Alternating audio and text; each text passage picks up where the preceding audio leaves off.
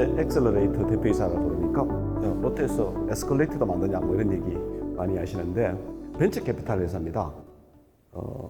한 2천억 정도 펀드를 가지고 벤처를 투자를 하고 140개 정도 투자해서 서포트하고 있는 회사 대표이사이고요. 제 복장 이렇게 보면 그래도 대기업의 대표이사가 청바지 입고 강의하러 저렇게 나왔냐 이렇게 생각하시는 분이 계시다면 내가 시대에 뒤처지고 있구나 라고 생각하시면 됩니다. 롯데가 상당히 보수적인 기업으로 알려져 있습니다만은 우리 회장님부터 대표이사들 대체로 이러고 다닙니다. 제가 오늘 우리 세상에 계신 분들 강의하러 나온다고 해서 정말 제가 성의껏 슈트는 입었습니다, 위에. 예. 근데 좀 이렇게, 현장에서 어그레시브하게 간다. 이 적절한 복장이다. 이렇게 생각하시면 될 것 같고요. 저는 그룹본부에서 인사 21년 했고요. 인재개발원에서 원장 포함해서 한 8년 정도 했습니다. 어떻게 보면 사람에 대한 전문가인데, 코로나 이건 지가 뭘 안다고, 이게 히스토리가 있습니다. 올 3월에 제가, 언론에 이런 얘기를 했습니다. 올해 중에 백신이 나온다고 웃기는 소리 하고 있다. 가능성은 0%다. 올해 중에 백신 안 나와. 라고 얘기했더니 난리가 났습니다. 지가 뭘 안다고 안 나오잖아요. 그럼 제가 백신이나 이런, 코비드 같은 거에 전문가? 아니요. 뒤돌아서서 과거의 감염병들, 전염병들의 역사만 돌아보면 뻔하게 나온 대답들입니다. 그런 이야기들 위주로 좀 말씀을 좀 드릴게요. 예. 이건 토마스 프리드먼이 세상은 코로나 이후와 코로나 이전으로 바뀔 것이다. 나뉠 것이다. 라고 얘기를 했는데, 사실 이제, 제가 모시는 이제 보스입니다. 예. 이렇게 보스인데, 코로나가 처음 생겨나고 난 다음에 모든 언론이나 전문가들이 이런 얘기를 합니다. 우리 언제쯤이면 마스크 벗을 수 있을까? 언제쯤이면 백신이 나올까? 언제쯤이면 경제가 되돌아갈까? 이런 얘기만 계속 하는 거예요. 근데 제가 모시는 보스가 어느 날 이런 질문을 던지더라고요. 세상의 많은 학자들 중에 많은 분들이 코로나 전과 코로나 이후가 확실히 다를 것이라고 얘기하는데 왜 우리나라의 전문가들은 코로나 이후의 세상은 어떻게 펼쳐질 것인가에 대해서 왜 논평이나 연구를 하지 않는가라고 말씀을 하시는 겁니다. 그래서 제가 이제 인재개발 원장 하던 시절입니다. 사실 이 강의를 받아들이니까 인재개발 원장 할 때 받아들였는데 연기돼서 지금 이제 계열사 대표이사가 나왔는데 이제 온 건데 그래서 제가 이제 급하게 제 밑에 인재개발원에는 롯데 인재개발원은 석박사급 한 50명 연구원들을 거느리고 교육만 하는 게 아니고요. 연구 활동도 많이 합니다. 데리고 이제 국내외 석학들을 만나러 다녔고요. 급하게 연구를 했죠. 밤새워서 연구를 하고 한 다음에 레포트를 냈습니다. 그 레포트를 낸 게 이겁니다. BCNAC. 그때 제가 내린 결론은 이겁니다. 코로나라는 것은 코로나가 뭔가를 불러오는 것이 아니고요. 코로나는 과거에 서서히 진행되고 있던 변화를 급속하게 빠르게 만드는 촉매다. 그러면 과거에 서서히 진행되고 있던 게 뭐냐면 디지털 트랜스포메이션인가 인구 변동이다. 제 결론이었습니다. 이걸 내서 이제 회장한테 지시한 대로 했습니다. 썼습니다라고 책을 보니까 회장이 밤새워 읽으시고 다음날 아침에 전화로 이렇게 얘기하시는 겁니다. 야, 이거는 외부에 공개하지 말고 우리 그룹 내의 대표이사들과 전략 담당 임원들만 읽도록 하자. 이렇게 했어요. 해서 이렇게 했는데, 그 대표이사실에 이제 다 뿌려졌는데 어떤 매경 기자가 이제 대표이사 면담하러 왔다가 그 책을 슬쩍 해서 읽어본 겁니다. 그럼 매경에다가 이제 기사를 내버렸어요. 롯데는 비밀리에 이런 작업을 했다. 그러니까 비밀리에서 대표이사들만 보도록 했다. 이러면 얼마나 또 이게 보고 싶어 합니까? 그때부터 국회 장관, 청와대, 삼성그룹 회장 비서실 이런 데서 우리도 좀 보내달라고 이게 난리가 난 겁니다. 그래서 어쩔 수 없이 더 인쇄를 해서 뿌렸는데 사실 이때만 하더라도 그게 대단한 내용은 아니고요. 이때만 하더라도 코로나 마스크 언제 벗을까 이것만 얘기할 때 코로나로 인해서 우리 세상이나 사는 방식이 혹은 우리 가치관이 완전히 바뀔 거다 라고 얘기를 하니까 이제 놀랐던 거죠. 이런 게 처음 있었으니까. 그 이후에 많은 책들이 이제 나왔는데 제가 드리고 싶은 결론 중에 하나 이겁니다. 두려워하지 말라는 얘기입니다. 안 죽어요. 걱정하지 마세요. 문제는 코로나보다 더 무서운 것은 그것에 대해서 우리가 갖고 있는 두려움입니다. 이걸 어떻게 통제하고 잘 관리하느냐, 혹은 통제하지 못하고 두려움 속에 빠져서 나중에 심지어 공포감에 빠지냐에 따라서 기업을 운영하시는 분들은 성공과 실패가 확연하게 달릴 것이다, 이런 얘기를 하고 싶고요. 그래서 또 하나는 이런 쇼크 덕트린이라고, 이런 두려운 일이 벌어졌을 때에 그것을 두려움을 조장하고 또 그 조장한 두려움을 가지고 내 영향력을 확보해서 뭐 하겠다는 사람들이 많이 등장합니다. 이런 부분에 대해서 좀 생각해 보시라는 얘기고요. 말리지 말라는 얘기입니다. 그러면 우선 뭐 다 아시지만 코로나19에 대해서 한번 좀 알아보시죠. 공식 명칭은요, 코비드-19 사스 코로나 바이러스 2입니다. 그러면 2002년, 2003년도에 왔던 사스하고 똑같은 종이라고 하시면 되겠죠? 2입니다. 그러면 1이 있었고 2가 있으면 3가 있겠습니까? 없겠습니까? 있습니다. 4도 있을 거예요. 5도 있을 겁니다. 계속 나온다고 봐야 됩니다. 그럼 우리 마스크 쓰고 이 난리를 계속 해야 되느냐? 아니요. 저렇게 독특한 유형의 코비드-19이 왔을 때에 우리가 그 성격을 몰랐기 때문에 처음에 우왕좌왕했는데 한번 겪어보고 우리 정부의 시스템, 우리 사회의 시스템이 구축된 이상은 3, 4 이렇게 온다 하더라도 지금처럼 이 난장판은 안 될 겁니다. 난장판은 안 될 거예요. 또 하나는 외가닥 RNA를 가집니다. 우리 보통 세포는 DNA입니다. 두 가닥 DNA인데 그것이 두 가닥 DNA 이유가 뭐냐면 변이가 와도 두 가닥이니까 맞은편에 있는 가닥에서 변이를 제어해서 변이가 빠르지 않습니다.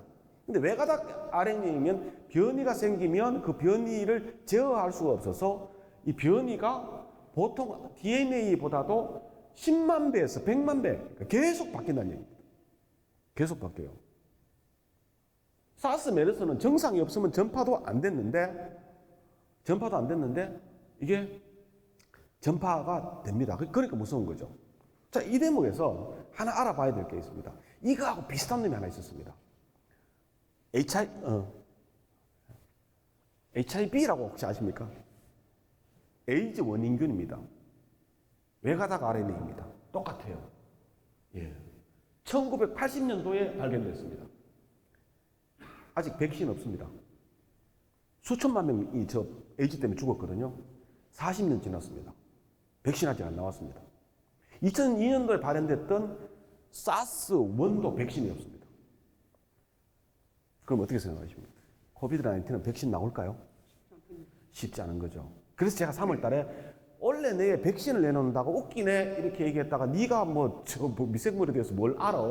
너는 뭐 사람 전문가지 이렇게 얻어터진 이유가 거기에 있습니다. 근데 딱 요거만 봐도 40년 전에 나온 똑같은 RNA 바이러스의 백신이 아직도 없다. 4천만 명, 5천만 명 죽었는데 그러면 이게 코비드-19 쉽겠나? 나오기는 나올 겁니다. 워낙 기술이 40년 동안 좋아졌기 때문에 나오긴 나올 텐데 쉽지는 않을 거다. 근데 이게 또 의외로요, 이상하게 해결이 잘 됩니다. 신종플루라고 들어보셨죠? 2008년도인가? 2009년도 나온 신종플루. 이게 팬데믹이었거든요. 신종플루는 팬데믹까지 갔는데 한 번에 슉 사라져버렸습니다. 순식간에. 사라져버린 게 신종플루의 특효약이 나왔거든요. 갑자기. 특효약이 나왔는데 그게 타미플루입니다. 그 타미플루를 김정은이 만든 거 아십니까? 김정은이 만들었다면 또 뭐 제 무슨 소리야. 김정은이 만든 거 맞습니다. 이러면 아니 그 똥땡이 김정은이가 만들었다고. 아니요, 뭐 이분이 만들었어요. 김정은 박사. 이분이 이제 우리 창업중 신격호 회장처럼 제일교포였습니다. 근데 일본 사람들이 제일교포를 굉장히 이제 괴롭히거든요. 천재 중에 한 명이었는데 동경대 의대를 나와가지고 정말 천재인데 정말 기회를 안 주니까 이분이 싫어 이래가지고 미국으로 이제 떠나셨어요. 미국에 떠나셔가지고 이분이 이게 그 신종플루가 등장하기 전에 타미플루라는 걸 만들었습니다. 만들어서 이제 막 일상 막 이렇게 하고 있을 때 로슈라는 다국적 제약회사에서 김정은 박사한테 야 그거 나한테 팔아라. 파는 조건이 일상이었어요. 일상에서 뭐 요즘 뉴스 보면 아시겠지만 3상까지 가서 통과해서 시판될 확률 1%밖에 안 됩니다. 근데 일상 때 1억 줄게. 1억. 일단 1억 주고 판매 금액의 22%, 23%를 로열티를 줄게. 이거 안 팔릴 이유가 없지 않습니까? 김정은 박사 팔았어요. 그게 이제 있었는데 그게 신종플루가 터지면서 타미플루가 특효성이 있다라는 게 발견돼서 로슈가 떼돈을 번 거죠. 이렇게 느닷없이 치료제가 갑자기 등장해서 확 해결할 가능성이 높다라고 저는 봅니다. 백신보다는. 뭐 이분은 이제 뭐 하시는데 미국도 이제 한국인들 좀 차별 많이 하니까 미국에서도 뛰어가지고 한국에 나중에 들어오셨습니다. 들어오셔가지고 가이스트에서 제자 가르치시다가 이제 은퇴하셨는데 이런 식으로 아마 백신보다는 치료제가 가능성이 높지 않을까라고 저는 생각을 좀 하고 있고요. 최근에 뭐 치료제라 이러면 그 하나를 먹으면 완전히 해결되는 것은 아니고요. 이 타미플루도 마찬가지입니다. 하나를 먹으면 해결되는 게 아니에요. 정해진 규정에 따라서 복약을 해야 되고요. 소위 치료의 가능성이 뭐 40%, 50%이 정도만 돼도 치료제로서 완벽하다고 봐야 됩니다. 그런 것들이 등장하면서 해소되지 않을까라는 것이 제 예상이고요. 사실은 막 이게 엄청나게 많이 있었습니다. 사람도 엄청 죽었고요. 이게 한두 번 있었던 일들이 아니죠. 아닌데 가장 이제 대표적으로 우리가 비례를 드린 게 1918년에 생겼던 스페인 독감인데 거의 5천만 명 정도 죽었답니다. 1차 세계대전이 끝났을 텐데요. 1차 세계대전 때 전사하고 막 굶어 죽고 이런 사람들보다도 훨씬 많은 사람들이 스페인 독감 하나로 죽었죠. 근데 스페인 독감은 한 2년쯤 유행하다가 갑자기 사라졌습니다. 그때는 백신도 없었고요, 치료제도 없었고, 5천만 명이 죽었고, 전 세계를 다 감염시켰는데, 흔적도 없이 사라졌습니다. 왜 사라졌을까요? 이게 또 하나의, 치료제가 없을 때 또 하나의 가능성 중에 하나인데요. 최근에 막 뉴스에 이런 거 나오죠. 최근에 변종이 발견됐는데, 뭐, 전염성이 8배, 10배 올라갔다 나오면서 우리 겁주잖아요. 그거 있지 않습니까? 약간 제가 두려워하지 말자고 말씀드렸는데, 그런 언론의 어떤 이 겁주기에 당하실 필요가 없습니다. 항상 변이가 빠른 전염병은 이겁니다. 제가 변이가 막 여러 종류가 되면 독한 놈으로 변이된 경우 있고, 약한 놈으로 변이된 경우가 있습니다. 내가 독한 놈한테 걸렸어요. 그럼 엄청 열도 나오고 막 아프고 끙끙거리고 이럴 겁니다. 돌아다니겠어요? 못 돌아다니는 거예요. 독한 놈한테 걸리면 집에서 끙끙거리고 아프고 못 돌아다니고 집에서 죽어갑니다. 근데 약한 놈으로 변이된 애한테 걸렸어요. 그럼 어떡합니까? 멀쩡하니까 돌아다니는 거예요. 약한 놈으로 변이된 걸 걸리면 돌아다니면 전염성이 올라갔으니까 전염이 되고, 독한 게 변화되면 이제 숙주, 걸린 사람하고 같이 사라집니다. 또 약한 놈들만 사는 거예요, 바이러스가. 약한 놈 중에 또 독한 놈으로 변이된 놈은 또 숙주하고 아파가지고 끙끙거리다가 사라지는 겁니다. 그럼 점점 돌아다니는 건 뭡니까? 변이성, 그러니까 소위 전염성이 굉장히 높아진 애들만 계속 돌아다니는 겁니다. 근데 전염성이 높다는 얘기는 뭡니까? 걸려도 돌아다닐 만큼 아프게 안 한다는 이야기입니다. 그게 세대가 계속되면 어떡하겠습니까? 나중에 독감이나 감기처럼 약해져서 서서히 사라지는 겁니다. 5천만 명이나 죽였던 1918년도 스페인 독감이 그런 식으로 사라졌다고 추정하는 겁니다. 치료제도 없었고 백신도 없었는데, 아까 치료제가 등장해서 이렇게 될 가능성이 없어질 가능성이 첫 번째고, 두 번째는 제가 보기 저런 식으로 이렇게 변이 과정을 통해서 될 거다. 그래서 제가 3월 달에 얘기했을 때 반드시 올가을에 2차 팬데믹이 올 거라고 얘기를 했습니다.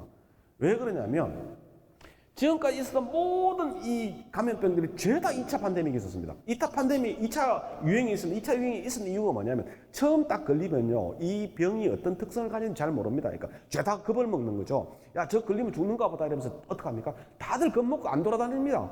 근데 시간이 흐르면서 보니까 저 병 걸려도 멀쩡한 놈도 있고 죽는 놈도 있고, 그러다 보니까 겁이 안 나네 이러면서 또 먹고 살아야 된다고 생각해서 이제 군기가 빠져서 돌아다니기 시작하네요.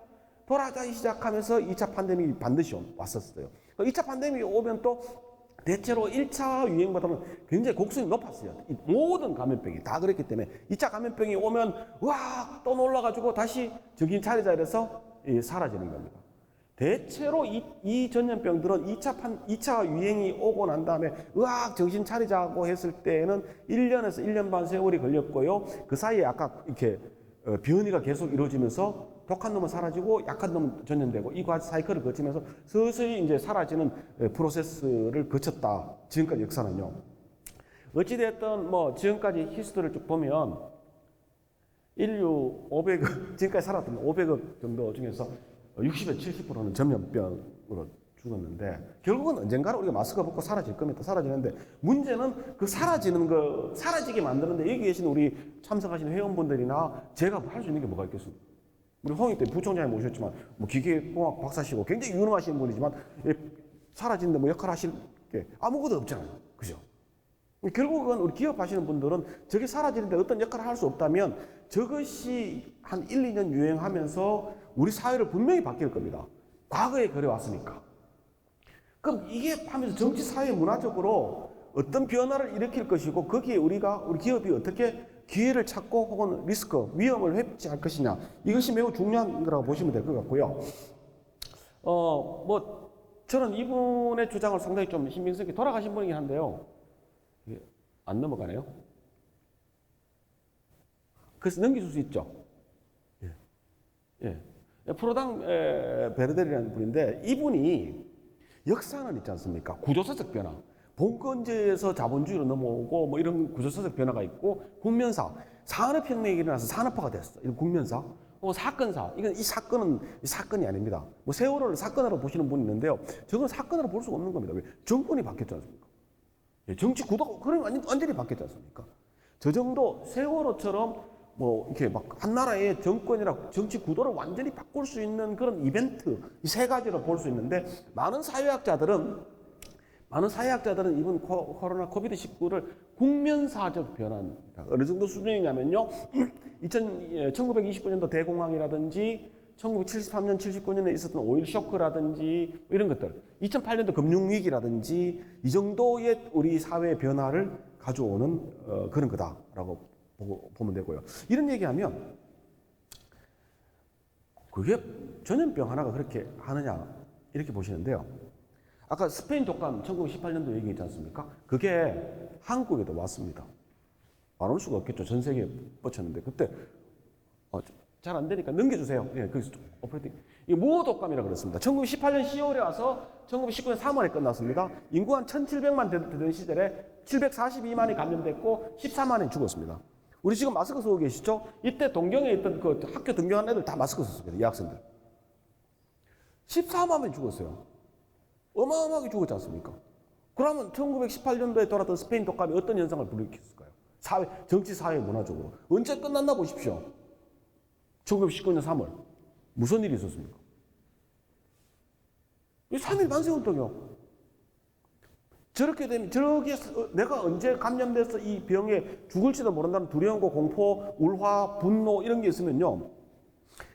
뭔가 이 억압이나 스트레스를 해소해야 되겠다는 동기가 생기고요. 또 하나는 뭐냐면요. 나 말고 다른 쪽에 대한 적개심이 생깁니다. 강해져요. 내가 안전하다, 내가 믿을만하다고 생각하는 사람들끼리만 인그룹 뭉치고요. 그게 아닌 나하고 이질적이다, 나쁘다, 나하고 다르다는 사람은 아웃그룹으로 생각합니다. 아웃그룹으로. 그래서 그런 아웃그룹에 대한 공격심이 생기는 겁니다. 그게 3.1 만세운동에 굉장히 중요한 동력이 된 건 사실이고요. 그럼 3.1 운동만 끝났냐면요. 그건 아니거든요. 같은 해에 북경에서 오사운동이라는 게 있었습니다. 오사운동이라는 게 뭐냐면 같은 해입니다. 걔들도 이 무호독감, 스페인 독감에 걸렸거든요. 걔들이 오사운동 일본 놈들 물러가라 뭐 이거였어요. 그러고 난 다음에 저 옛날 청나라 이게 군벌들 다 없어지고 민주주의로 가자 이 운동이 있었다는 얘기입니다. 스페인 독감이 저랬다면 자 2020년을 관통하고 있는 코비드-19는 뭐 이런 효과 없이 그냥 갈 것 같습니까? 바뀌었어요. 일본 죄송합니다. 예.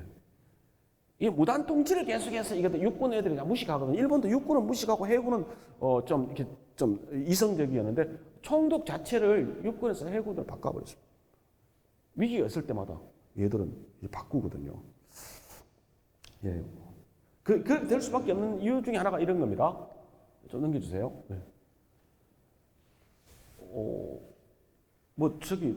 잘은 모릅니다만은 교정당국, 교도소에 이제 흉악범들 흉기 난동 부리고 막 이런 흉악범들 있지 않습니까? 사고 치고 그러면 자꾸 말썽 부리면 독방에 가다 버린답니다. 독방에 한 일주일 가두면 애가 굉장히 착해진답니다.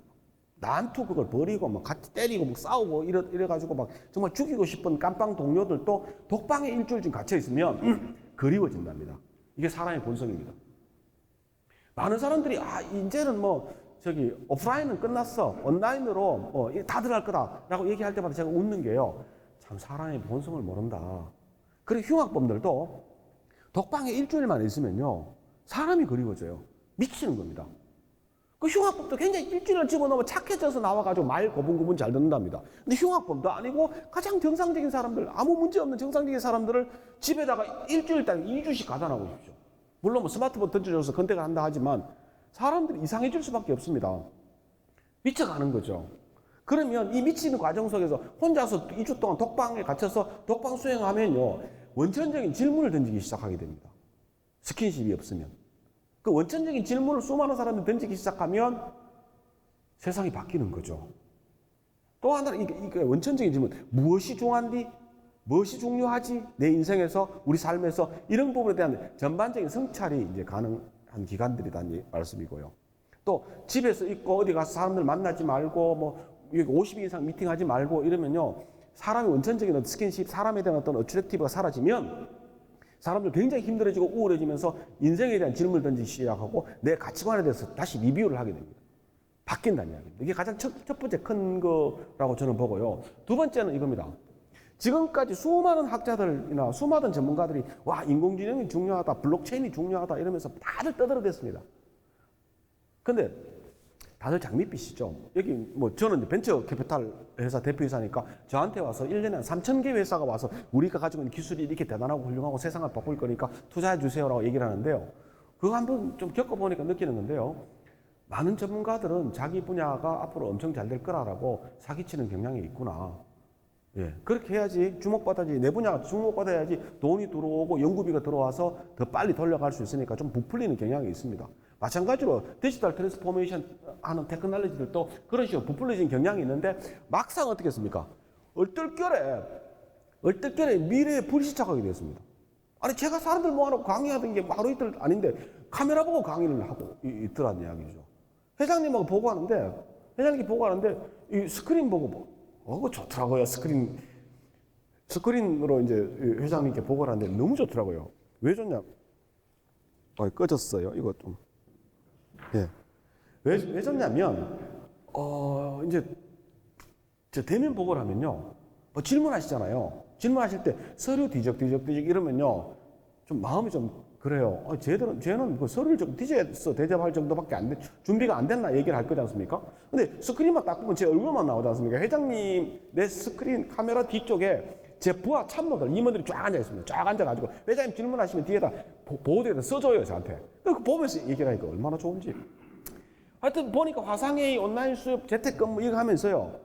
그동안 어떻게 보면, 이거 된다고 했던 것 중에 정말 되는 것과 안 되는 것의 옥석이 구별됐습니다. 대표적인 게 이제 에어비앤비 이런 거 안 되잖아요. 우버 이런 거 안 돼요. 공유경제 미래가 되게 뭐 좋아하는데 안 돼요. 난 처음부터 저건 아닌데 왜 인간은 인간과 스킨십 하려는 본능이 있기 때문에 그걸 억제하기 어려울 거다. 두 번째 인간은 어떻게 보면 배타적으로 이건 내 거다라고 하는 소유욕이 있기 때문에 이게 공유경제 쉽지 않을 거다 생각했는데 이번에 해보니까 뭐 공유경제 이런 것들이 안 된다는 것이 많이 드러났지 않습니까? 옥석이 구별된 겁니다. 옥석이 구별되면 어떻게 했습니까? 과거처럼 이렇게 많은 대안들 중에 어떤 놈이 정말 미래를 결정하는 기술일 것이라는 걸 애매모호하면 은거지춤하게 됩니다.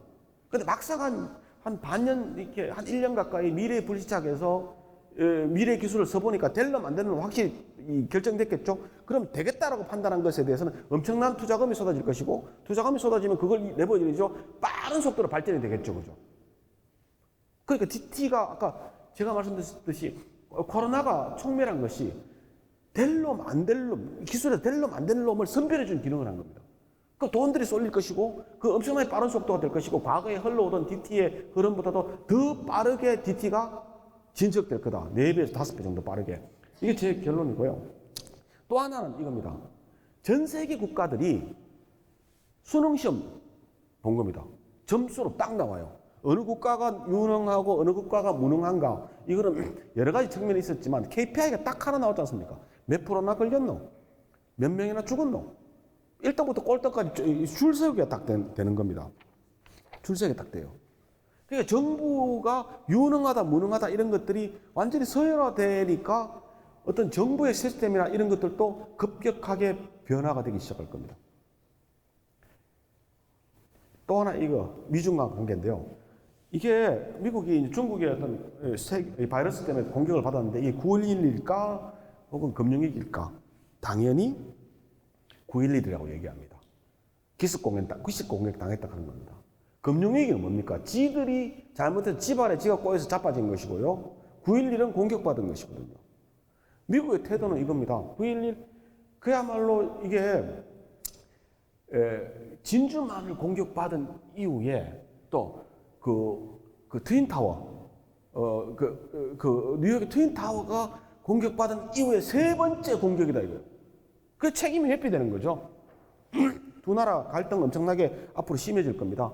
심해지고 이번에 뭐 많은 분들이 어떤 사람이 될 거냐라고 저한테 많이 물어봐서 제가 우리 그 임원들 한 800명한테 레터를 보냈어요. 이런 기준으로 판단하는 게 좋겠습니다라고 레터를 보냈는데 그럼 뭐 결론은 이겁니다.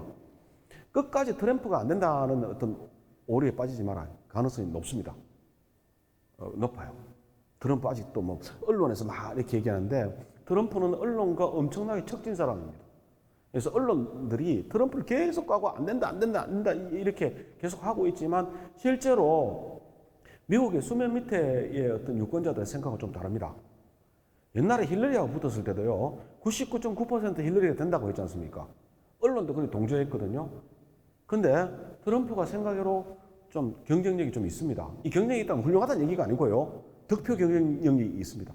좀 소외되고 안 되고 고통받은 사람들의 가려움들을 꺾어줄 수 있는 능력이 된 겁니다. 근데 트럼프 때 가능성이 있습니다. 물론 된다는 얘기는 아니고요.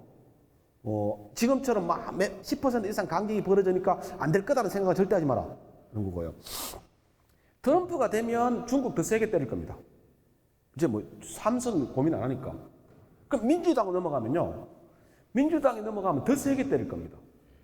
피보트 아시아라고 해서 이제 중동에서 손 띄고 중국 아들 손 좀 보자라고 시작한 게요. 힐러리입니다. 민주당이에요.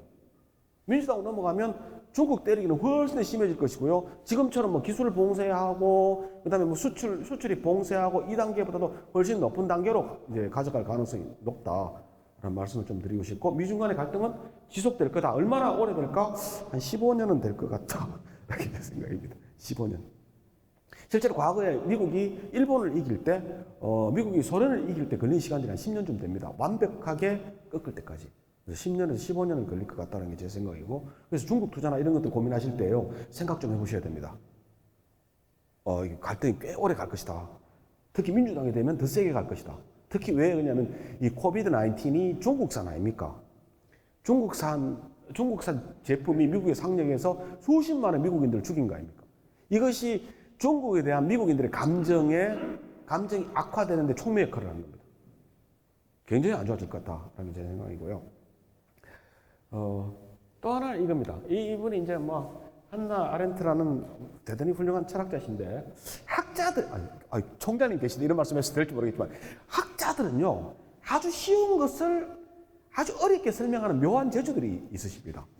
이분이 대표적으로 그러는데 책임과 판단이라는 책에서 위기나 진정한 전환점에서는 과거가 미래를 위한 삐세 투사를 중단했기 때문에 인간 정신이 어둠 속에서 방황한다라는 알지도 못하는 소리를 했는데 이 얘기가 이겁니다. 코비드-19처럼 모든 사람이 그러니까 두려움에 공포에 빠지면요. 과거에 우리가 코비드-19이 생기기 전에서 수많은 경험들 있지 않습니까? 수많은 경험이라든지 이런 것들 생겨서 만들어졌던 지혜, 노하우 이런 것들이 코비드-19 이후에 벌어지는 미래에 대해서 설명력을 갖지 못한다는 얘기입니다. 와, 세상이 바뀌었으니까. 그래서 사람들은 굉장히 당혹하고 어둠 속에서 방황한다. 라고 얘기해서 이럴 때에 리더들은 future ability, 미래력, 세상은 이렇게 갈 것이다. 라는 것을 갖춰야 된다. 그것이 책임을 가지고 판단을 하는 리더의 역할이다. 이 정말 중요하게 될 겁니다. 위기가 되면요, 위기는 위대한 리더를 부릅니다. 사람들이 위대한 리더를 목말라 하는 겁니다. 그게 잘못되면요, 트럼프 같이 이상한 사람이 되고요, 필리핀은 이상한 대통령, 뭐, 헝가리라든지 터키의 이상한 대통령, 중국이라든지 러시아의 이상한 사람, 지도자들, 이런 사람들한테 목매기 시작하는 것이, 왜냐면 위기니까 결단력 있고 막 이방장이다 라고 하는 사람들을 원하는 거죠. 대표적인 예가 이런 건데요. 슈퍼맨입니다. 슈퍼맨은 이제 만화에서 나왔는데요. 이게 대공황이 1929년에 생겼지만 이게요, 1차 파도, 2차 파도 이렇게 있었어요. 33년도가 제일 어려웠고 37년도가, 38년도가 되게 어려웠습니다. 그 29년도로 대공황이 훨씬 더 나빠졌을 때에 이때 만화회사에서 슈퍼맨을 내놨습니다. 선풍적인 인기를 끌었죠. 선풍적인 인기를 끌었어요. 이럴 때 슈퍼맨과 같은 어마어마한 영웅이 나타나서 문제를 해결해 주기를 기대를 했던 거죠. 그때 그 슈퍼맨은 어디다 투사했냐면요, 히틀러에다 투사를 한 겁니다. 강력한 국가 민족주의에 투사했고요. 그것도 어떻게 됩니까? 위대한 리더를 찾으니까 일본 같은 경우는요, 막 나가는 군부들, 장군들한테 투사를 한 거죠. 그럼 어떻게 됩니까? 전쟁으로 가는 거죠. 이런 가능성도 좀 있다. 똑같습니다. 2008년도 금융위기가 나왔을 때요, 금융위기 터졌을 때 사람들은 와 이거 어떡하지 이랬을 때 언론에서 아이언맨 내놨어요. 2008년도 안 통하네, 헐크 내놨습니다. 안 통하네, 토어로 내놨습니다. 캡틴 아메리카 내놨어요. 이래도 안 통하니까 안 되겠다, 떼어 나가자, 어벤져스 한꺼번에 다. 최근에 얘네들이 만든 영화들이 선풍적인 인기를 끌고 있지 않습니까? 낼 때마다. 왜 그럴까요? 재미있었어요? 아니요. 사람들은 무의식 속에서 저런 수준의 강력한 리더들을 원하는 겁니다. 그 사람들은 이런 쪽으로 쏠릴 수밖에 없다. 이것이 어떻게 보면 우리가 정치적인 어떤 리스크라고 생각할 필요도 있다. 이거고요. 이미 현실 얘기는 와 있습니다. 2008년 이후에. 근데 2008년 이후에 소위 스트롱맨들, 강력한 리더십, 성질 부리고 민족주의적인 성향을 가진 리더들이 계속 속속 등장하고 있는데, 코비드-19는 그 속도를 더 빠르게 만들 가능성이 매우 높다라고 생각합니다. 그래서 우리나라에 빗대면 사이다라고 불리시는 분이 있지 않습니까? 그분이 주가가 자꾸 올라가는 이유가 이런 패턴과도 다르지 않다는 얘기입니다. 충분한 숙이라든지 논의라든지 토론을 통해서 좀 이렇게 이야기를 해서 이끌어가는 스타일보다도 일단 질러놓고 통찰력 가지고 밀고 나가는 그런 쪽 리더십에 사람들이 기댈 가능성이 높다. 이게 코비드-19이 불러온 세상이고요. 또 하나 이제 파워 관련된 건데요. 파워는 이제 여기 계시는 좀 대표이사님들이나 이런 분들이 밑에 부하 직원들한테 리더십을 발휘하는 걸 원래 원초적으로는 파워라고 합니다. 그걸 일본 사람들이 잘못 권력으로 번역을 잘못해서 우리한테 잘못 알려져 있는데, 파워는 내가 나 아닌 다른 사람들을 내 의도대로, 내 의지대로 움직이도록 만드는 겁니다. 원래 파워는요, 첫 번째는 신성시대원 전통이 이제 파워의 원천이었습니다. 나보다 나이 많으신 분들, 어른들, 신부님들, 선생님들, 목사님들, 스님들, 이런 분들이 신성시대의 전통을 가지고 있습니다. 그분들이 왜 신성시대의 전통을 갖고 있냐면, 나보다 내가 모르는 뭔가를 알고 있을 것 같다는 느낌이 있으니까요. 이게 소멸됩니다. 특히 기독교 같은 경우는 이번에 완전 리더십을 잃어버렸죠. 완전 리더십을 잃어버렸는데, 마찬가지로 선생님들의 리더십도 떨어져요. 왜? 선생님들이 내가 모르는 뭔가를 알고 있을 것 같다? 이게요, 스마트폰 때문에 다 사라진 겁니다. 제가 고대 대학원에서 석박사를 가르쳤는데요, 겸임교수로. 제일 섬찟할 때가 이겁니다.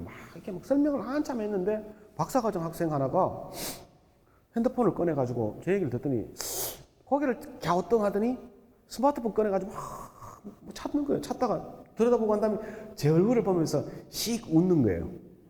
제가 느낌이 어떨까요? 지난 30분 동안 내가 설명했던 것 중에서 내가 잘못 가르친 게 뭐가 있냐가 반추가 되기 시작하면서 등으로 식은땀이 쫙 흐릅니다. 스마트폰이 가져온 세상이 이런 거거든요. 그러다 보니까 신성시대의 전통 이런 것들에 대해서 가지던 파워가 근거가 사라집니다. 두 번째는 법규와 규정에 의한 겁니다. 법규의 규정, 내가 장관이니까, 내가 대표니까, 내가 본부장이니까 내 말 들어야 돼 라고 해서 아들이 받아들이던 것들이 사라지기 시작하는 겁니다. 또 하나 이게 법규와 규정의 합법성 중에 하나가 뭐냐면, 차등보상제도라든지 내가 니한테 이런 보상 금액을 줄게, 더 열심히 일해, 여기에 속하는데요. 이게 사라집니다. 왜? 코비드 19 같은 어떤 충격을 받으면요, 원천에 대해서 다시 설명한다고 얘기했지 않습니까? 원천에 대해서 설명하고 죽음의 냄새들을 전 국민이 맡은 겁니다. 잘못 걸리면 병에 걸려서 죽을 수도 있구나 라는 냄새를 10개월 이상 맡게 되면요, 돈 몇 푼 더 줄게, 혹은 차등 보상해서 뭐 인센티브 줄게에 대한 매력들이 떨어지기 시작합니다. 특히 요즘 젊은 애들 있지 않습니까? 제가 진짜 요즘 롯데 엑셀러레이터는 정말 스마트 진짜 똑똑한 애들이 제 펀드 매니저로 일하고 있는데요. 정말 뭐 자유로운 영혼들, 예, 진짜로 제가 대표이사인지 친구인지 모르겠어요. 근데 그걸 수용해야 되는 시대가 옵니다. 막 찍어 누르고 권위에 의해서 한다, 이게 어려워진다는 얘기죠. 마지막에 남은 게 개인의 리더십인데, 이 개인의 리더십이 아마 기업을 이끌어가는 그런 원천이 될 가능성이 높다는 얘기인데요. 논학과 지구루 교수가 얘기한 건데요. 강제적인 힘, 군대에서 쓰는 거죠. 합법적인 힘, 내가 대표야, 혹은 회장이야, 이런 것들 힘, 차등 보상해줄게 라는 힘, 이런 것들이 점점점 사라지고 나중에 전문성, 아까 제가 future ability, 미래는 이렇게 흘러갈 것이다 라고 설명하는 리더가 정말 힘을 얻는다고 했지 않습니까? 그게 전문성입니다. 그거 말고는 이제 일체감, 우리가 돈 벌려고 이거 하지만 사실 돈 버는 것보다 앞선 게 사회를 바꾸고 더 사회를 훌륭하게 만드는 게 우리 목표고, 돈은 따라오는 거야 라는 얘기를 많이 하지 않았습니까? 실리콘밸리부터 시작해서 많은 기업들이 우리 사회에 기여하고 사회를 바꾸는 목표고, 돈은 뒤에 따라온다. 사실 마음은 그렇지 않거든요. 근데 그것들을 그렇게 얘기할 수밖에 없는 게 뭐냐면요, 그런 것들을 내세우지 않으면, 일체감을 내세우지 않으면 사람들이 안 따라오는 겁니다. 그래서 여기 이제 기업체에 이제 원하는 경영자들 많지 않습니까? 전문성, 이거 하루아침에 생기는 게 아니에요. 하루아침에 생기는 게 아니에요. 그러니까 전문성을 갖추기 위해서 꽤 열심히 공부하시고 노력하시고요. 그보다 더 중요한 것은, 우리 사장님은, 우리 대표님은 너무 돈에만 이렇게 지금 안 돼요. 우리 회사가 세상에, 우리 사회에 어떻게 기여하고 있다는 걸 자꾸 얘기를 해주는 일체감의 힘이 없으면, 아까 말씀드렸듯이 부하 직원들을 움직이기가 굉장히 어려워진 세상이 빠르게 다가오고 있다, 이런 말씀을 좀 드리고 싶습니다. 이게 좀 전통적 학교 계속 될 수 있을까? 좀 어렵지 않겠나? 우리 교수님 계시지만 교회는 계속 독점적 지위를 유지할 수 있을까? 어렵지 않겠나? 왜 그러냐면 이것 때문에 그렇습니다. 교회 특징이 뭡니까? 나하고 똑같은 수많은 사람들이 한쪽 방향을 보고 있네? 딱 한 명만 우리 쪽 방향을 보고 있어요. 이런 스탠스는요, 권위의 원천입니다. 저 앞에서 모든 사람을 대면하고 있는 저 사람은 나와는 달라요. 뒤통수가 누군지 아십니까? 히틀러입니다. 히틀러가 전형적으로 쓰는 수법입니다. 이게 소위 말하는 권위의 원천인 방법인데요. 교실 있잖아요. 교실 어떻습니까? 선생님이 모든 학생 다 들어보고 학생들은 다 선생님을 바라보도록 되어 있지 않습니까? 권위의 원천이었습니다. 근데 지금 어떻게 되겠습니까? 대면 예배 안 하잖아요. 줌 같은 거 해가지고 이제 컴퓨터에서 예배 보지 않습니까? 수업 다 컴퓨터에서 선생님과 같이 하는데, 이 관계는 뭡니까? 우르르 앉아서 한 사람을 보는 게 아니고 1대1의 관계가 되어버리는 거예요. 1대1의 관계가 되어버리면 이 권위 자체가 사라져요. 또 교회도 마찬가지입니다. 제가 이 교회에서 예배를 듣고 있다가 우리 목사님 설교가 좋은가, 아니면 옆 동네 목사님 설교가 좋은가를 비교할 수 있는 방법은 없습니다. 근데 온라인 예배가 되면 어떡합니까? 클릭 한 번으로 옆 동네 목사님 설교가 어떤지 비교할 수가 있는 거죠. 이쯤 되면 목사님들의 권위가 떨어지기 시작할 수밖에 없고요. 그러니까 아까 제가 기독교가 굉장히 위험해졌다, 또 이런 권위가 위험해졌다. 그래서 어떤 랭크 드리븐, 계층적으로 사장, 부사장, 전무 이렇게 내려오는 랭크에 의해서 움직이는 조직이 아니라 팀을 해서 움직이는 조직이 된다 얘기고요. 이분 떴죠? 왜 떴을까요? 왼쪽은요, 월스트리트 저널, 미국을 대표하는 신문. 오른쪽은 요미우리입니다. 해외에서 대한민국 질병본부장을 왜 띄우죠? 지금 우리나라 국민들 이분 하는 말 믿을까요? 대통령 하는 말 믿을까요? 이분 하는 말, 서울시장 후보로 정말 마음에 안 들어가지고. 이분은 이쪽 전문가예요. 그러니까 이게 패러다임 과거 이야기라는 건데, 사람이 훌륭하면 모든 걸 다 잘할 것이다, 이거 아니에요. 그건 전문성이 아니거든요. 이분은 이쪽 길, 서울 의대 나와서 이쪽 길을 평생 왔기 때문에 이쪽 전문성이 생기신 분이에요. 그럼 이쪽 일을 해야 돼요. 근데 이분이 떴지 않습니까? 이분을 누구나 다 믿어요. 이분을 누구 다 안 믿으니까 국민 여러분 죄송한데 마스크 2겹으로 좀 써주셔야겠습니다. 다 쓴다고요, 막. 다 쓴다고. 말 다 하는, 뭐 여야 관계없이요. 이것이 파워입니다. 타인을 움직이는 힘이요. 앞으로 점점 이거 심해질 것 같습니다. 또 하나 이제 이게 뭐냐면 성공한 CEO들한테 물어봤습니다. 네가 성공하는 도움이 된 게 뭐야? 라고 물어봤더니 내가 일을 하고 프로젝트를 하고 그 경험 속에서 얻은 지혜가 70%고 사람들과 만나면서 골프 치고 뭐 사람들 만나면서 배웠던 게 20%고 이런 강의장에 와서 배웠던 게 10%다 라고 이제 얘기했는데 이따위 주장은 이제 끝났습니다. 왜 끝났냐면 이 70% 과거의 경험에서 얻었던 지혜가 70%인데 그 과거 비포 코로나의 시대에서 얻었던 지혜가 애프터 코로나에서도 유효할까? 저는 물음표입니다. 오히려 저 70%는 앞으로 여러분들이 잘 나가는 데에 걸림돌이 될 가능성이 있는 겁니다. 전혀 새로운 세상이 펼쳐지면 전문가인 사람들이 모여가지고 20% 수다 떨고 뭐 서로 코칭해봤자 별로 뭐 그 나물의 그 밥입니다. 그분들이 갖고 있는 전문성이나 해봤자 다 과거 비포 코로나에서 나온 거니까. 결국은 10%에 있는 포말러니 여러분들처럼 여기 와가지고 뭐 아침 식사 하시면서 외부에서 온 사람들, 전문성이 있는 사람들 이야기를 들으면서 새로운 세상을 깨우쳐 나가는 것이 어마어마하게 중요하다. 제가 세종인데도 서울에 쫓아온 이유 중에 하나가 뭐냐면 상공회의소에서 이런 걸 한단 말이야? 라는 것 때문에. 그래서 온 건데요. 이런 쪽에 그러니까 아침에 자주 오셔가지고 우리 회장님 매월 여세 식사도 제공하시고 그래서 이거를 통해서 배우는 게 굉장히 크다 이거예요. 근데 애들이 다 알아요. 애들 다 알아요. 이거 원래 있지 않습니까? 이러닝 롯데그룹의 이러닝으로 하는데 IT 과정을 신청한 학습자 숫자입니다. 확 올라가죠. 얘들이 뭘 느끼냐면요. 코로나 때문에 DT가 엄청나게 빨라질 것이고 그 DT가 엄청나게 빨라져서 세상이 확 바뀌면 내가 먹고 살기 위해서는 IT 기술을 배워야 된다. 근데 어떤 애들이 IT 기술을 배웁니까? IT 비전공자들이 80%입니다. 깨달은 겁니다. 아까 10%의 새로운 걸 배우는 쪽으로 가는 거죠. 그 롯데만의 현상일까? 아닙니다.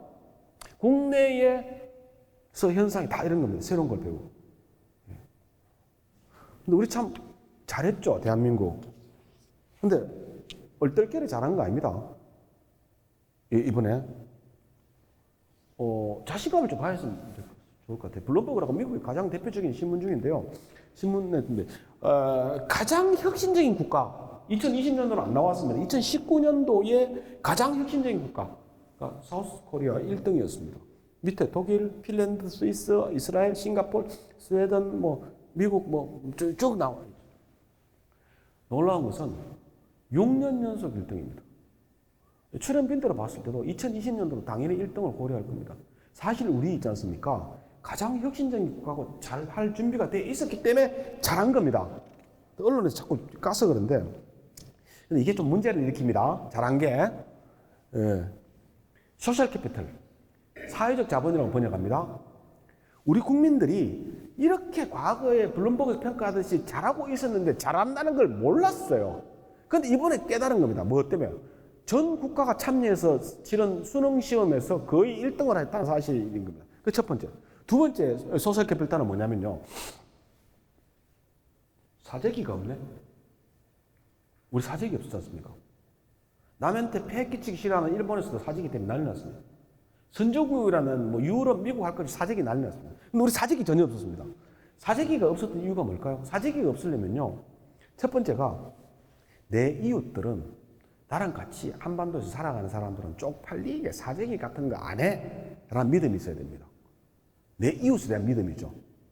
두 번째는 뭐냐면요.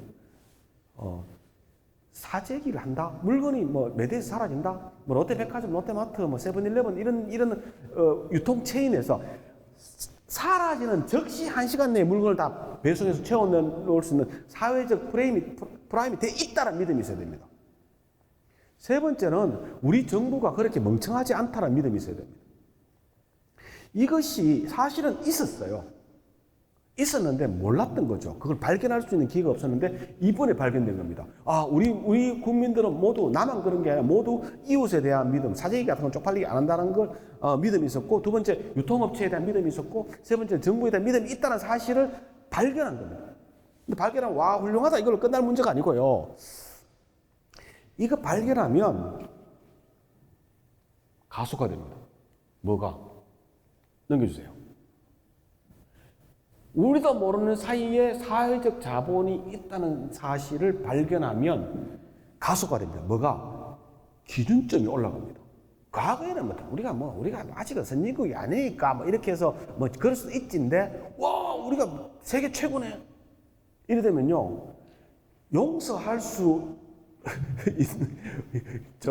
없는 기준이 쫙 올라갑니다. 이렇게 우리 선진국의 사회적 자본이 있는데 저 하는 행동 왜 저 따위야? 지하철에 마스크 있지 않습니까? 지하철에 마스크 안 쓰고 타면요, 벌써 언성을 올립니까? 찍어서 SNS 올려버려요. 난리 나는 거죠. 죄다 마스크 다 쓰지 않습니까? 마스크 다 쓰고 지킬 거 다 지키지 않습니까? 그게 왜 그럴까요? 사회적 자본 때문에 그랬기도 하지만, 사회적 자본이 있다는 사실을 발견하고 우리 국민들의 기준점이 매우 많이 올라갔기 때문에 거기에 걸려서 혼나지 않으려고 올라간 겁니다. 요거 마스크 얘기하니까 그런 같다 생각하시지 않습니까? 기업 경영하시죠? 마찬가지입니다. 기업이 지켜야 될 사회적 책무는 물론이고, 기업이 지켜야 될 법규, 또 사회적 통념, 이 정도는 기업이 하다 보면 할 수도 있어라는 그 용서해주는 기준이 확연하게 올라가는 겁니다. 조심들 하셔야 됩니다. 최소한 우리 국민들의 최근의 기준은 뭐냐면, 야, 대한민국 같은 국가에서 아직도 저딴 짓을 해 라고 대응을 하는 겁니다. 그러니까 기업들이 사회적 통념 이런 것들 굉장히 조심해야 된다는 말씀을 좀 드리고 싶고요. 이건 넘어가겠습니다. 정부 엄청나게 강해질 겁니다. 1년 전에요, 긴급 재난 지원금 주자고 얘기했으면 빨갱이라고 욕먹었습니다. 기본소득, 기본소득 주자고 얘기하면 빨갱이라고 욕먹었습니다. 지금은 어떻습니까? 굉장히 오른쪽에 계신 분들도 국민들 기본소득 줘야 될 때가 됐다라고 얘기하지 않습니까? 이 혁명적인 변화예요. 거기다가 180석입니다. 못할 거 아무것도 없죠. 저는 개인적으로 그래서 미국이나 신자유주의, 기업의 존재 이유는 이익 창출이다, 이런 소리는 이제 접어서 박물관에 넣을 때 됐습니다. 잘못 이런 모습을 보였다가는 진짜 한 방에 훅 가는 시대가 열렸다라고 보시면 될 것 같고요.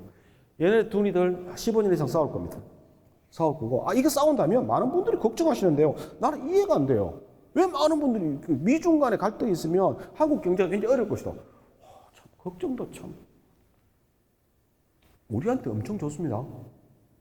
엄청 좋아요. 과거에 미국과 소련 간에 갈등이 있고 막 싸울 때요, 우리 어부지를 얻은 게 엄청 많습니다.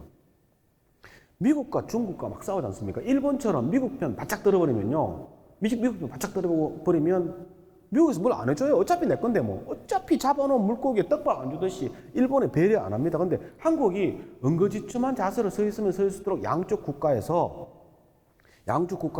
우리를 어떻게 해보려고 애를 쓰는 겁니다. 한쪽에 딱 붙어버리면, 일본처럼 미국이 딱 붙어버리면 중국이 절대로 좋은 거 안 주고요, 미국이 잡은 물고기 떡밥 안 줍니다. 근데 정말 균형 잡힌 상태에서 어떻게 보면 중간자적인 노력을 잘 하면요, 양쪽에서 엄청나게 잘해요. 얼마 전에 미국의 국무장관 들어온다니까 바로 일본의 왕이 외교부장 들어온다지, 한 달 관계에 들어온다지 않습니까? 미국의 그 국무장관이 코로나 때문에 못 들어온다니까 왕이 취소해버리지 않습니까? 중간에서 그렇게 균형 잡히게 하면요, 우리한테 엄청 싸우는 게 좋아요. 싸우는 게 계속 150년 싸웠으면 좋을 것 같아요. 그래서 기회라고 보시면 됩니다. 우리한테는. 그렇고요. 탈글로벌화 계속 될 건데, 한일 관계는 호전이 좀 어려울 겁니다. 중국 문제도 개입했고요. 글로벌 공급만 재편됐는데 이거 안정성 위주로 갈 겁니다. 그래서 중국보다는 베트남이라든지 인도네시아, 특히 미얀마 이런 쪽으로 많은 어떤 축들이 옮겨갈 거고 분산을 할 겁니다. 중국을 완전히 포기하는 게 아니라 중국에 몰빵했다가 한 방에 국가를 수 있으니까 다양한 국가에 분산 투자를 해서 공급망 체인이 바뀔 것이고요. 이렇게 얘기한다고 해서 물론 있지 않습니까? 글로벌 FDI 외국인 직접 투자가 많이 줄어들고 있지만, 그래서 글로벌화는 끝날 것이다. 이게 이제 인간의 본성을 모르고 뭐 사람들은 이제 만나지 않을 것이다 주장하는 것과 똑같습니다.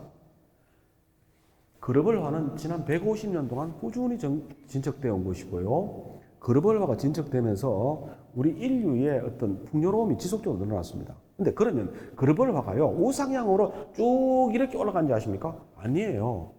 이런 식으로 나선형으로 올라갔습니다. 나선형으로. 어떨 때는 한번 후퇴를 했다가 다시 급속히 그르벌화가 됐다가 뜨거라 다시 후퇴했다가 다시 급속화 됐다 이렇게 되는 거예요. 지금은 단기적으로 한 바퀴 꺾여서 그러니까 탈그르벌화가 되는 시점이지만요. 언젠가는 그르벌로 다시 갈 수밖에 없습니다. 왜? 인간은 스킨십 혹은 남들에게 인정받고 싶은 욕구에 목숨을 겁니다. 그거하고 똑같이 이 그르벌화가 인간들에게 주는 혜택이 너무나도 크기 때문에 반드시 글로 가는데 몇 년 사이에는 리쇼어링이라든지 이런 것들이 생길 수밖에 없다. 하지만 꾸준히 이 길을 갈 것이다. 이거고요. 뭐 이런 건 다 아시는 내용이니까 언론에서 내가 재밌는 것 중에 하나 이겁니다. 집. 제가 얼마 전에 어떤 건설회사 회장님이 와서 임원들 교육해 달라고 그래서 제가 강의 이거 얘기하면서 그 얘기를 했습니다. 아파트 다시 주목하십시오. 아파트는 지금까지요 사는 곳이 아니라 사는 곳이 되지 않습니까? 그러니까 아파트 가격만 보고 앞으로 얼마나 오를 것이냐 보고 아파트를 샀는데 이번에 집을 재발견했다는 얘기입니다. 지난 100년 사이에 우리 집이 가지는 구조들을 전부 다 아웃소싱을 했습니다. 예전에 우리 어머니 제 동생 우리 집에서 낳거든요. 애 낳는 거 병원 다 가버렸죠. 집에서 저는 유치원도 못 가고 컸습니다. 근데 유아원, 유치원, 애 키우는 기능 다 그러러 가버렸죠. 돌잔치 있지 않습니까? 제 아이 돌잔치 우리 집에서 손님 초대해서 했습니다. 그 집사람은 욕 억수로 묻죠. 그냥 딴 데서 하지. 근데 지금 돌잔치 안 하지만 한다 하더라도 집에 하는 사람 누가 있습니까? 다 뷔페에서 다 줘버렸죠. 우리 아버님, 어머님이 편찮으시다? 그럼 다 집에서 간호했지 않습니까? 다 요양원 보내지 않습니까? 장례식, 돌아가신 우리 할아버지 장례식 집에서 했습니다. 요즘 집에서 장례식 치는 사람 어디 있습니까? 우리 어머니 있지 않습니까? 옛날에 생닭 잡아와서 목을 비틀어서 목을 베가지고 막 귀급을 했습니다. 와, 우리 어머니 자상한 줄 알았더니 진짜 잔인하네. 이 느낌 있었는데 요즘 누가 집에 다 생닭 목 빼고 누가 합니까? 이런 거 다, 그래서 음식물 재료 이런 거 다 아웃소싱. 왜냐면 우리 집 앞에 있는 세븐일레븐이 우리 집 냉장고 아닙니까? 이렇게 모든 것을 아웃소싱이 좋습니다. 그러다 보니까 어떻게 됐습니까? 다 아웃소싱 되니까 아침에 일어나가지고 마켓컬리에서 온 음식 대충 끓여서 먹고 다 이별합니다. 가족이 다 이별하고 다 가서 애는 뭐 학교 학원 그다음에 남편은 회사 갔다가 야근하든지 아니면 회식하고 이렇게 9시 10시 다 집에 돌아오면 다 생사 확인을 하는 거죠. 아직 오늘 하루 살았나? 생사 확인을 한 다음에 어떡합니까? 다 자기 동굴에 들어갑니다. 집안에 동굴이 있습니다. 아빠 동굴, 아이 동굴 들어가지고 이제 가족들은 교신을 어떡합니까? 스마트폰으로 카톡으로 교신을 하는 겁니다. 그러면서 살아왔는데 막상 모든 게 다 집으로 다 돌아와 있습니다. 이번에 음식하는 거, 공부하는 거 집에서 합니다. 일하는 거 집에서 해요. 집에서 일해요. 음식물 세끼 다 집에서 해 먹었네? 다 죄다 집으로 다 백소싱이 된 겁니다. 그러면서 많은 사람들이 고민을 합니다. 집이 이따위라도 되는가? 계속 집이 이따위로 가도 되나 이거예요. 그래서 최근에 롯데백화점하고 롯데하이마트의 가전 매출이 2배입니다. 아니라고 깨달은 겁니다. 그럼 한샘 퍼시스 이런 데 매출이 막 지속적으로 올라가요. 아니라고 깨달은 겁니다. 집이 이따위에서 곤란하다 이거예요. 집에 대한 어떤 생각이 확 바뀐 겁니다. 그래서 아마 앞으로 주택, 집, 인테리어 이런 쪽은 굉장히 좋아질 겁니다. 집을 내가 여기 살다가 적당한 되면 이제 좀 남기고 팔아야지 생각해서 내 모든 것이 집에 있구나 라고 해서 달라진 거죠. 그래서 혹시라도 주택 이런 쪽 하시는 분들은요, 이거 주목하셔야 됩니다. 새로 리뉴얼하는, 물론 다시 이게 끝나면 다시 다들 과거도 돌아가겠지만 이 1년여 세월 동안의 강렬한 집에 대한 경험은요, 엄청 오래 갑니다. 그 집의 과거의 패턴과는 많이 달라질 것이라는 게 제 예측이고요. 직원 안전 중요합니다. 근데 공간적 유연성 있잖아요. 근무 유연제. 지금 한 5년, 6년 전에 저 그룹 인사팀에 있을 때 7시에 나와서 4시 퇴근, 8시 나와서 뭐 5시 퇴근, 9시 나와서 6시 퇴근, 10시에 나와서 7시 퇴근 하는 쪽으로 퇴근 시간을 플렉시블화했습니다. 그룹 전체를. 시간의 플렉시블 유연합니다. 그래서 전혀 문제 없더라고요. 근데 이제는 어떻게 하냐면요. 시간의 유연화가 아니고 공간의 유연화. 집 앞에 있는 뭐 스타벅스에서 연결해서도 일할 수도 있고, 그냥 어디에 있는지 확인이 다 가능하니까, 어떤 일을 하는지 확인이 다 가능하니까 이런 쪽으로 많이 옮겨갈 것이고요. 직원 안정 이런 것들에 대해서 기업이 신경 쓰나 안 쓰나가 기업 평가인데 중요한 역할을 할 거다. 시간 다 돼가니까요. 좀 정리해 볼게요. 최재천 교수인데 이번에 제가 연구하면서 가장 많은 도움 받은 분인데요. 이분 정말 탁월하시더라고요. 이런 말씀하십니다. 사람은 본성적으로 비대면으로 살아갈 수 없다. 바이러스 환경에 적응하면서 함께 어울려 살아가는 방법을 반드시 찾아낼 것이다. 비대면 환경은 증가하겠지만 제한적이고 오히려 대면 오프라인 활동을 통한 경험 가치가 훨씬 올라갈 것이다. 왜? 사람은요, 동물이기 때문에. 그러니까요, 이런 현상이 벌어집니다. 코로나 블루. 진짜 꼴도 보기 싫은 상사를 안 보잖아요, 집에서. 재택근무하면서. 근데 성인의 55%가 코로나 블루, 코로나 우울증을 경험했답니다. 특히 여성이 훨씬 높습니다. 꼴 보기 싫은 상사 안 보는데 하루 종일?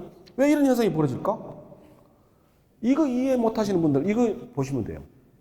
왜 멀쩡한 집 놔두고 차에다가 캠핑 장비 실어가지고 뭐 이상하게 벌레 나오는데 나가가지고 모닥불 피워놓고 여기다가 집에 뭐 끝내주는 뭐 그릴 오븐 다 있는데 거기다가 모닥불에다 고기 구워가지고 먹고 둘러 앉아있으면 기분이 흐뭇할까? 날파리 날라드는데. 왜 이런 캠핑 장비나 이런 것들이 엄청나게 많이 팔릴까? 호모 사피엔스가 등장하기 전에 인류의 선조라고 하는 분들이 무려 200만 년 가까운 세월 동안 이렇게 살았습니다. 해 뜨면요, 남자애들은 뭐 돌창 이런 데 나갑니다. 멧돼지 쫓아다니죠. 여자들은 오순도순 몇 명 모여가지고요, 과일 같은 거 채집하러 다닙니다. 위험하지요, 바깥이. 그렇게 하루 종일 위험한 환경에서 활동하고 저녁에 다들 들어옵니다.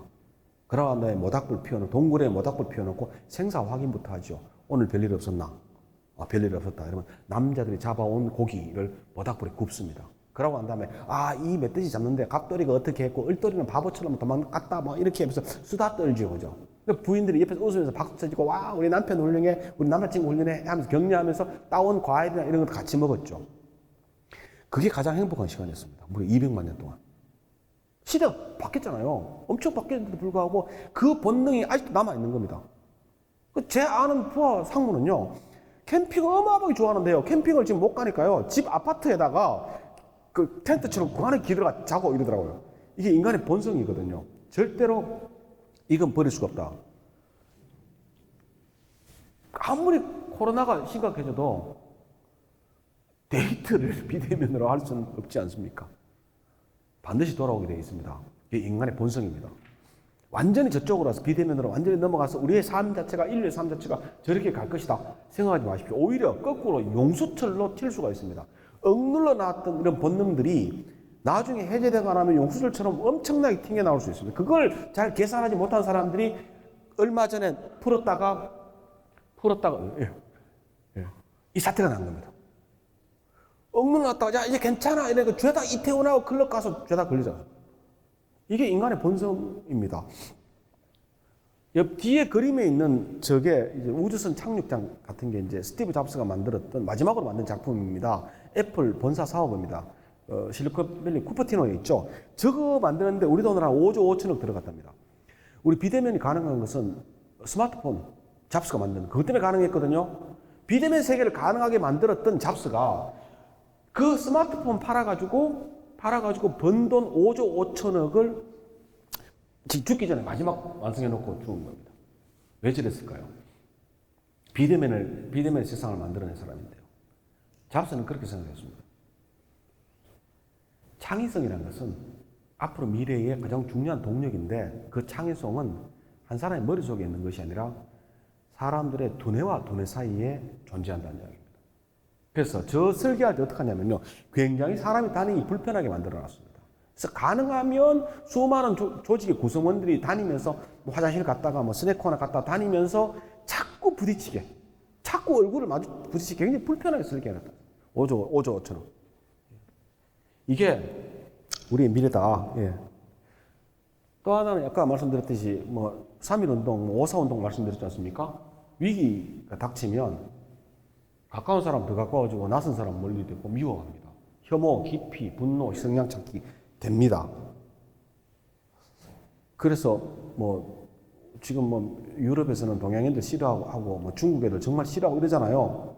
이상하면서 아 유럽 놈들 이상한 놈들 이상할 필요 없고요. 여기 계신 분들 중에서 혹시 동남아라든지 혹은 해외에 공장 같은 거 투자해 놓으신 분들 생각 잘 하셔야 됩니다.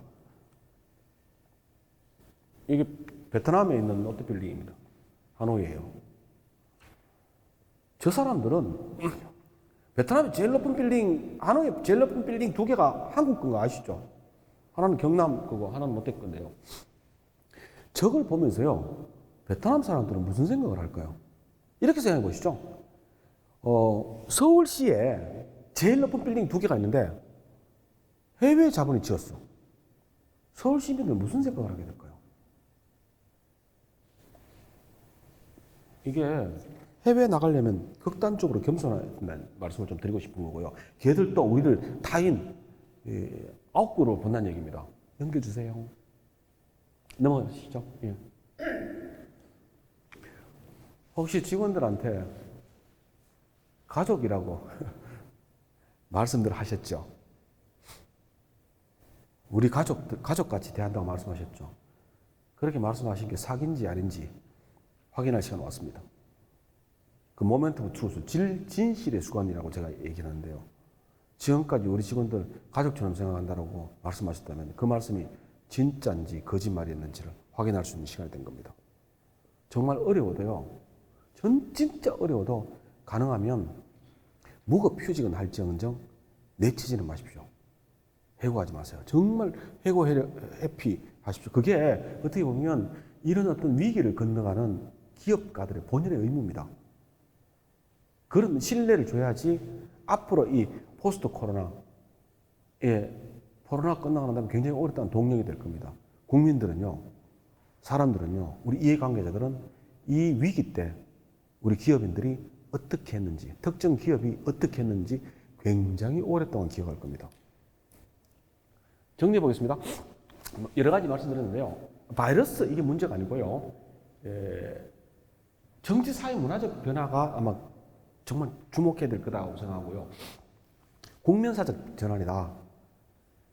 대체되는 기술에서 빨리 탈취하고 새로운 역량 확보하는 중요한 거고요. 경험에서 지혜를 찾으려고 하지 마시고요. 미래력을 확보하기 위해서 공부 좀 하셔야 됩니다. 이런 거 많이 들어오셔야 되고요. 조찬 같은 거 많이 들으십시오. 공감하셔야 되고요. 권위, 뭐 돈, 직급 이거 가지고 누리려고 하지 마십시오. 그건 끝났습니다. 글로벌화 일시적으로 후퇴하겠지만 장기적으로 4, 5년 내에 다시 반등해서 글로벌화는 지속될 겁니다. 이건 끊임없이 흘러갈 거고요.